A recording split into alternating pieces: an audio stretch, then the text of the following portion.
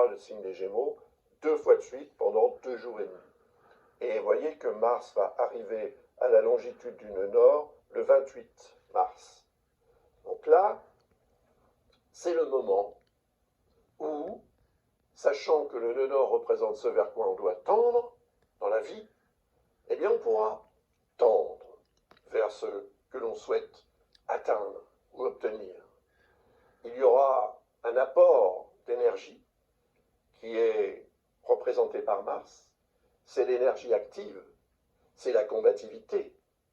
Et vu qu'il y aura un lien harmonique avec Jupiter et Saturne, évidemment, toujours en Verseau, il est fort probable que cela soit une source de résultats, de réalisations concrètes et très satisfaisantes, et d'évolution. L'évolution concrète, c'est ça, l'évolution concrète. Jupiter, l'évolution, Saturne, la concrétisation, avec des répercussions à long terme. Donc, on est quand même dans une logique d'amélioration globale.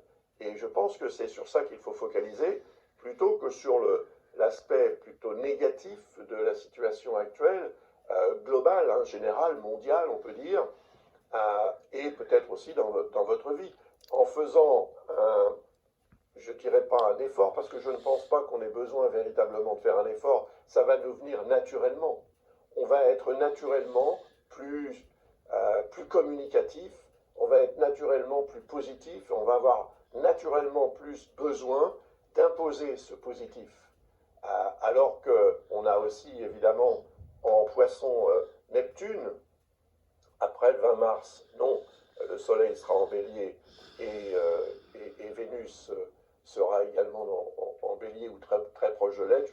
Je n'ai pas trop regardé comment ça se passait à ce niveau-là, mais Neptune sera quand même toujours en Poisson jusqu'en 2026 aussi, comme Chiron en Bélier, et ça veut dire que la dissonance quand même avec Neptune peut induire chez certains d'entre nous, plus que d'autres encore une fois, une tendance à continuer de craindre le pire et de s'inquiéter à outrance, ce qui peut les inciter à commettre des erreurs, parce que, encore une fois, la Lune, c'est émotionnel, et si cet émotionnel est plus fort que la raison, eh bien, évidemment, cet émotionnel interviendra sur la façon dont on va s'exprimer, dont on va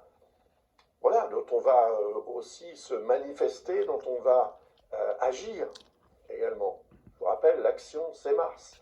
Et Mars, c'est aussi l'accélérateur. Donc ça veut dire qu'on aura besoin d'appuyer sur cet accélérateur pour aller plus vite vers ce que l'on souhaite obtenir dans nos vies. C'est compréhensible, les beaux jours arrivent, on va sentir la sève monter en nous, et comme les arbres font des beaux bourgeons, des belles fleurs, des belles feuilles ou des belles fleurs, eh bien ce sera la même chose pour nous, dans l'hémisphère nord tout au moins, puisque dans l'hémisphère sud, on va passer dans le cycle plutôt hivernal. Mais il n'empêche que cette énergie de Mars agira, qu'on soit en automne, en hiver, en été ou au printemps, c'est pareil.